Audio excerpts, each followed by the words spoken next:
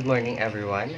It is the Group 5, which is the Innovative Technologies in Assessment. So, ang aking i-discuss about the advantages and limitations in assessing ICT. Number 1 is providing virtual learning context. Ibig sabihin, kapag mag-a-assess tayo ng ICT, as a teacher, kailangan natin mag-provide ng mga instructionals or technologies na virtual. Ibig sabihin, nakikita at nahahawakan ng estudyante. Bakit? Kasi through virtual learning context, mas mai-enhance at mas matututo ng mas madali yung mga students natin kasi nakikita nila. Yun. Number 2 is making use of distributed learning experiences among students. So, as a teacher ng ICT, kapag mag-a-assess tayo, kailangan natin gamitin yung mga experiences natin. Para nang sa ganon, mai-apply din ng mga students natin yung mga experience natin. Ibig sabihin, malalaman nila na yung experience na yun, yung mga tinuturo natin through experience natin, mas madali nilang, mas matututunan yung ICT kasi nga, ina-apply din natin yung mga experiences natin. Yun ang making use of distributed learning experiences among our students. Third, tracking student use of metacognitive strategies as technology can be used to compare student thinking patterns. So, sinasabi dito, pagsubaybay sa paggamit ng mag-aaral ng mga metacognitive na estratehiya dahil magagamit ang teknolohiya upang ihambing ang mga patterns na pag-iisip ng mga mag-aaral. So, as a teacher, as a ICT teacher, sa pag-assess ng mga student natin, kailangan natin ma-assess din kung ano yung mga weaknesses and strength ng mga student natin. Nang sa ganun, makagawa tayo ng strategies kung paano nga ba masolusyonan yung mga weaknesses ng ating mga student. Nang sa ganun ay magamit nila ng husto yung ICT or technologies. Kasi nga, mas masusundan na natin kung paano nga ba mag-isip ang mga student natin. Yan. Number 4. Providing instructors with sensitive feedback for suggesting alternative ways to engage students in performance tasks and respond to assessment tasks. So, as a teacher, kailangan natin mag-provide or kailangan natin hingin yung feedback ng mga student natin sa mga pinapa-assess natin, sa mga performance tasks na pinapagawa natin. Nang sa ganun, malaman din natin kung natuto nga ba sila, kung may natutunan nga ba sila at may nalaman silang paraan ng paggamit ng ICT. Nang sa ganun ay malaman din natin kung paano natin solusyonan yung mga problems na na-encounter nila sa performance na binigay natin. Ganon. Yun ang tulong ng feedback. Para malaman natin as a teacher kung paano natin matugunan yung mga problema na na-encounter nila sa performance nilang yon. Yan ang number 4.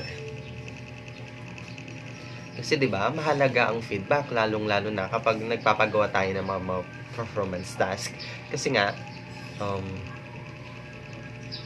mas malalaman na natin kung ano nga ba yung mas mabuting strategies as a teacher na para mas madali nilang matutunan na yung paggamit ng ICT.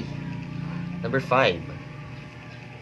Detailing empirical supported feedback on the kind of content selected, the relevance of the information used for given problem types, and the processing strategies associated with finding solutions and decision-making or problem-solving. So, sabi ko nga kanina sa number 4, mahalaga yung feedback. Bakit? Kasi malalaman natin yung problema na na-encounter nila sa performance nila. At the same time, malalaman din natin kung ano nga ba yung solutions na magagawa natin. Kaya sabi dito, decision-making and problem-solving. makakatulong yung feedback nang sa ganun malaman natin yung problema at malaman din natin yung solusyon sa problemang iyon. Na ay ganito pala yung student na yun nahihirapan sa ganitong bagay sa paggamit ng control at sa paggamit ng mga ibang technologies. So, as a teacher, magagamit mo yung feedback na yun para matulungan yung student na masolusyonan din yung problemang na-encounter niya. Yan ang number 5. Number 6. Sinasabi dito, automatically scoring complex responses reliably and validity. So, pagkatapos ng feedback, kailangan na natin ang response as a teacher. So, kailangan nating tugunan yung problema nila at mga feedback nila ng wasto para nang sa ganun ay matuto sila ng tama. Hindi yung nagfe-feedback sila tapos tayo wala tayong ginagawang paraan para matuto sila. So, sinasabi dito na responses reliably and validity. So, as a teacher, kung malalaman natin yung mga problems at tugon nila, so, dapat kinakailangan din natin ng solutions na wasto upang hindi sila ulit magkamali dun sa mga problems na encounter nila sa performance nila or sa pag-aaral nila ng technologies or ICT. Next, number 7.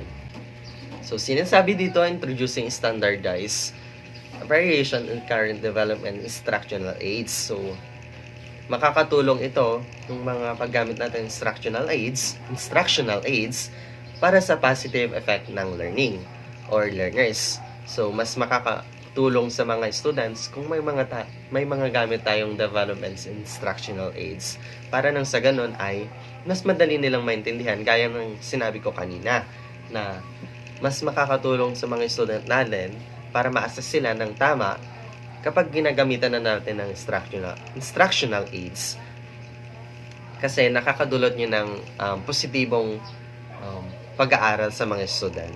Mas ma-enhance, mas maingganyo sila at mas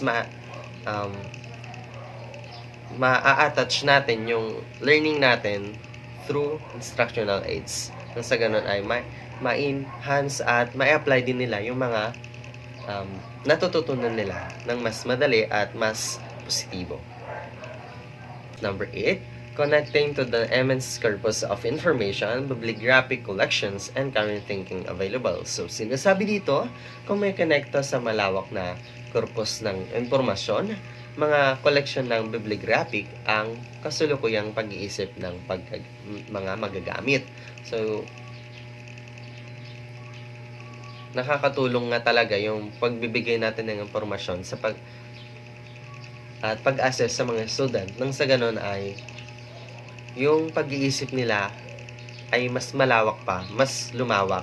Nang sa ganun ay magamit nila sa pag-aaral nila. Ganon. Number 9.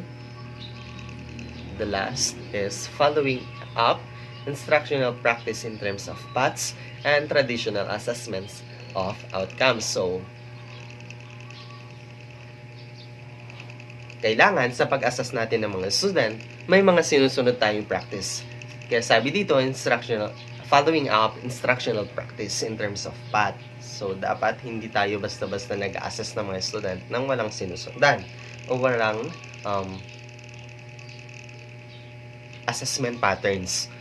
So, bakit nga ba meron tayong assessment patterns? Nung sa ganun ay ma-assess natin yung mga student natin ng magandang outcomes na mas makatulong sa kanila sa paggamit ng mga ICT or technologies.